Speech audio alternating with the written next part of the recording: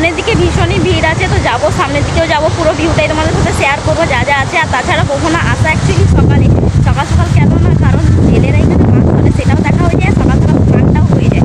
দেখো ঢেউটা কীরকম আসছে।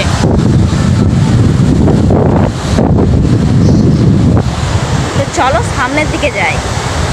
তো বন্ধুরা, দীঘা আসলে কিন্তু মোহনাটা অবশ্যই একবার করে ঘুরে যাবে, কেননা এতটাই মানে সৌন্দর্য মোহনার যে দৃশ্যগুলো, তো তোমরা না আসলে অ্যাকচুয়ালি তোমরা বিশ্বাসই করবে না, এত সুন্দর আর খুব সুন্দর সুন্দর ঢেউ আসছে। চলো আমি দেখাচ্ছি তোমাদেরকে।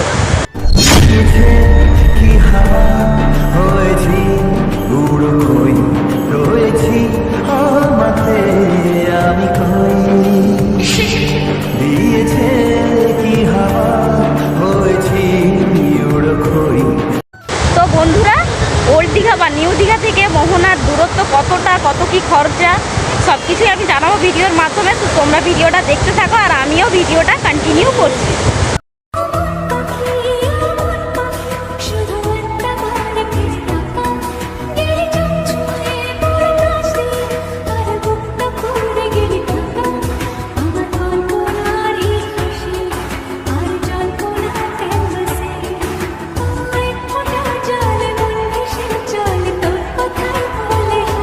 সো বন্ধুরা, তোমরা দেখতে পাচ্ছ সামনে একটা ছোট্ট খুঁটির মতো দেখাচ্ছে, ওইখানকে যাব, ওটাই হচ্ছে মোহনার শেষ মাথা।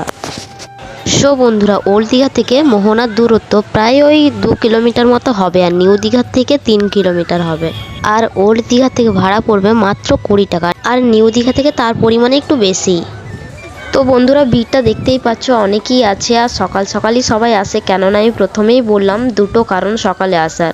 1 নম্বর, যে মাছগুলো ওঠে আর কি, সেগুলো দেখা হয়ে যায়, আর স্নানটা করতে চাইলে অনেকে করেও নিতে পারে। আর 2 নম্বর কারণটা হচ্ছে যে এখানে যে ফিশ মার্কেটটা বসে সেটা কিন্তু সকালেই বসে, ফিশ মার্কেট। তো দেখো বন্ধুরা, এমন জায়গাতে আছে 2 সাইড থেকে ঢেউ আর মাঝে সরু রাস্তা।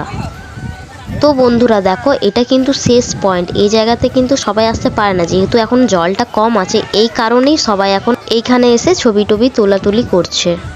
সো বন্ধুরা, আমি আগেও মোহনা এসেছি, কিন্তু সববারের তুলনায় এবারে জলটা অনেকটাই কম আছে। তো বন্ধুরা, আমি লাস্ট পজিশনে দুটো কি একটা ক্লিপ দিয়ে দেবো, তোমরাই দেখে নেবে যে এখানে কত পরিমাণে জল হয়, তোমরা হয়তো না দেখলে বিশ্বাসই করবে না। আর দেখো চারিদিকে লোকের ভিড়। ভিজে ভিজে গেল যে